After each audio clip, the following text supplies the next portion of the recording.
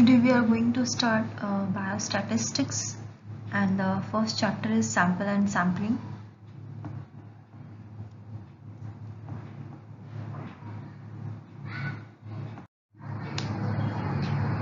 Firstly we have to know what is sample.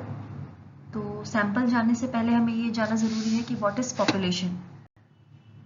So in biology, a population is a number of all the organisms of the same group or species who lives in a particular geographical area and are capable of interbreeding.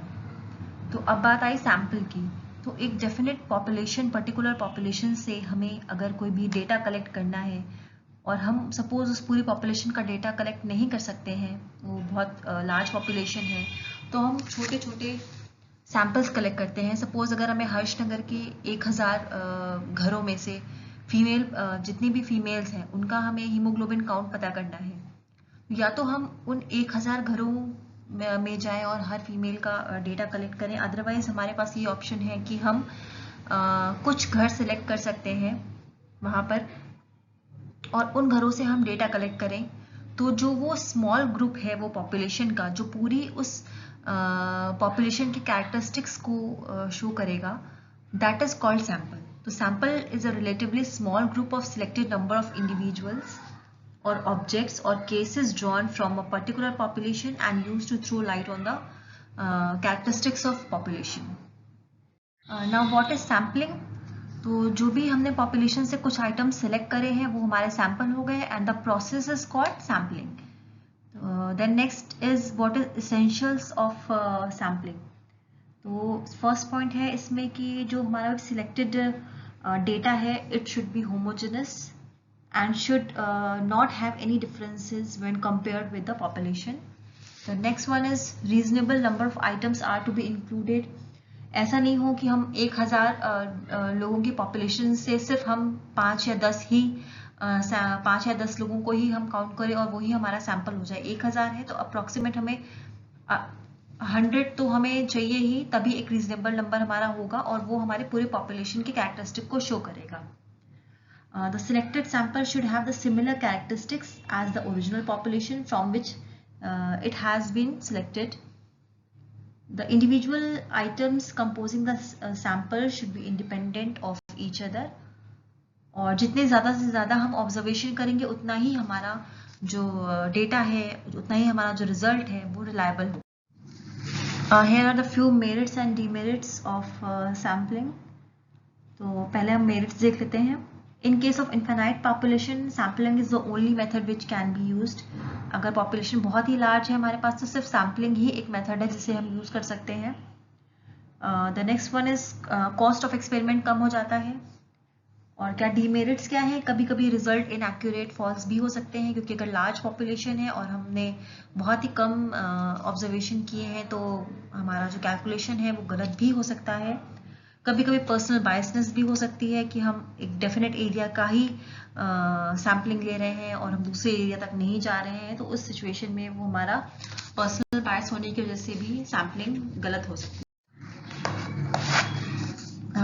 Here are few methods of sampling: random sampling, systematic sampling, stratified, cluster and non-random.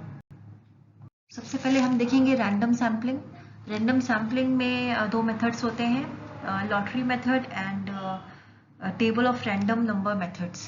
तो पहला हम देख रहे हैं random method. Random method में क्या है, suppose हमारे पास डायग्राम में आप देख रहे हैं कि हमारे पास 12 पर्सन्स हैं और हमने कोई एक क्राइटेरिया नहीं लिया है कि हम 2 के बाद छोड़ के सेलेक्ट कर रहे हैं या 3 के बाद छोड़ के सेलेक्ट कर रहे हैं. हमने एट रैंडम कोई भी हमने पर्सन चूज कर लिए हैं, जैसे सेकेंड, फोर्थ, सेकेंड लिया हमने, उसके बाद हमने 5th ले लिया, फिर हमने 10th लिया, 8th लिया हमने. तो हमारा इसमें कोई सिस्टम नहीं है इन सैंपल्स को सेलेक्ट करने के लिए. तो ये हो गई हमारी रैंडम सैम्पलिंग.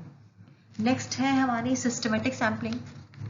डायग्राम में जैसे आपको दिख रहा होगा, हमने हर एक ऑल्टरनेट के बाद हमने इवन नंबर में हमने सैंपल सेलेक्ट किया है. सपोज 2, 4, 6, 8 ऐसे कोई भी हम मेथड बना सकते हैं, कोई भी हम एक सिस्टम बना सकते हैं कि हर 5 के बाद हमें लेना है, हर 10 के बाद हमें लेना है, उसके हिसाब से हम सैंपल चूज कर सकते हैं.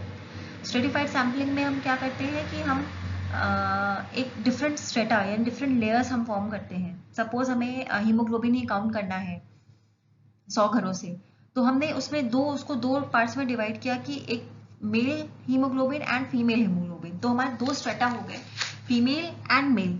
तो अब जब हम दोनों के जब सैंपल लेंगे तो वो अलग अलग आएंगे, ना कि हम ओवरऑल एक सैंपल लेके फिर उसका मीन या उसका हम एवरेज निकालेंगे।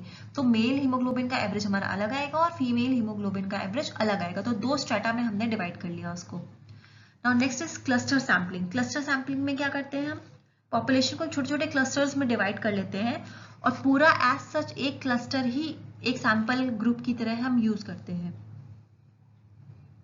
नेक्स्ट है हमारा नॉन रैंडम सैम्पलिंग, और इसको कन्वीनियंस सैम्पलिंग भी बोलते हैं। ये नॉन रैंडम सैम्पलिंग में हम क्या करते हैं कि हम रैंडमली चूज ना करके हमारे अपनी जो सुविधा है उसके हिसाब से हम डेटा सिलेक्ट करते हैं, उसके हिसाब से हम सैंपल सिलेक्ट करते हैं। कि अगर हमें 100 घरों में जाना है और हमारे लिए कन्वीनियंट है कि शुरुआत के 10 घर ही हमारे लिए बहुत कन्वीनियंट है, तो हमने उन शुरुआत के 10 घरों में ही सैम्पलिंग कर ली, हम बाकी के 90 घरों में पहुंचे ही नहीं, तो दैट इज कन्वीनियंस सैम्पलिंग और नॉन रैंडम सैम्पलिंग। लेकिन इसमें डेटा गलत होने के चांसेस हमारे ज्यादा